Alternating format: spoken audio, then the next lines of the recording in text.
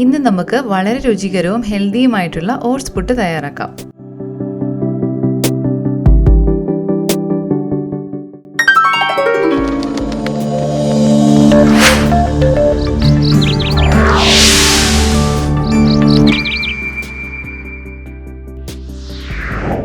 ഇതിനു വേണ്ടിയിട്ട് ഞാനിവിടെ 2 കപ്പ് റോൾഡ് ഓട്സ് ആണ് എടുത്തിരിക്കുന്നത്.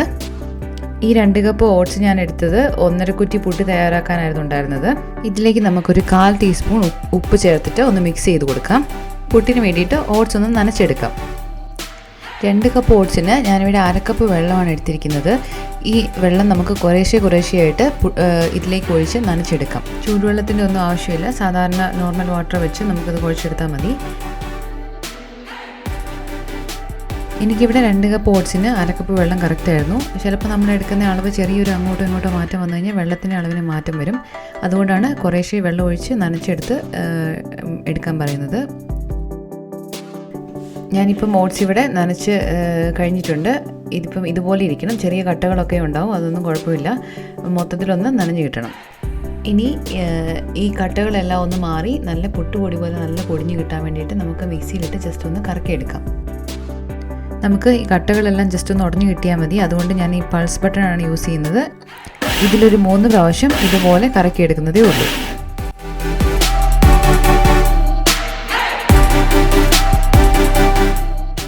ഇപ്പം നമ്മുടെ ഓട്സ് പുട്ടിനുള്ള പൊടി നല്ലതായിട്ട് പൊടിഞ്ഞ് നല്ല കട്ടകളെല്ലാം മാറി റെഡിയായി വന്നിട്ടുണ്ട്. ഇനി നമുക്കിതൊന്ന് പുട്ടുകുറ്റിയിലിട്ട് ആവി കയറ്റിയെടുക്കാം.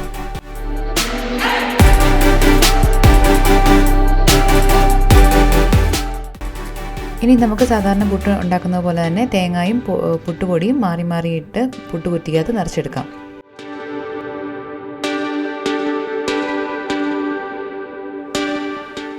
ഈ പുട്ടുപൊടിക്കകത്തോട്ട് കുറച്ച് തേങ്ങയായിട്ട് മിക്സ് ചെയ്താലും നല്ല ടേസ്റ്റാണ്. അങ്ങനെ താല്പര്യമുള്ളവർക്ക് അങ്ങനെയും ചെയ്യാം.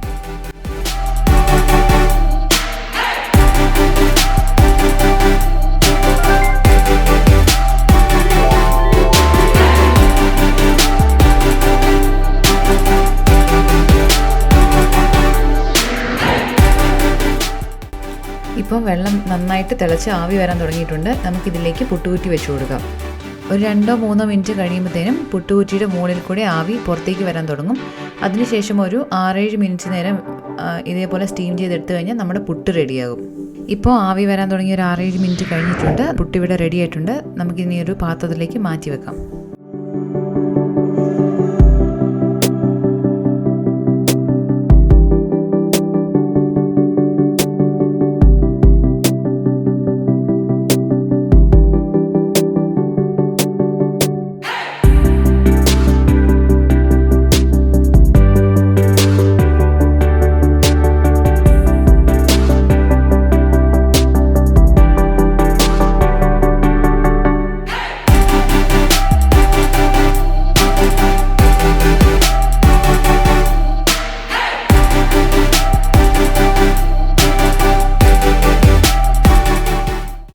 കൂടുതൽ കുക്കിംഗ് വീഡിയോകൾക്കായി ചാനൽ സബ്സ്ക്രൈബ് ചെയ്യാൻ മറക്കല്ലേ.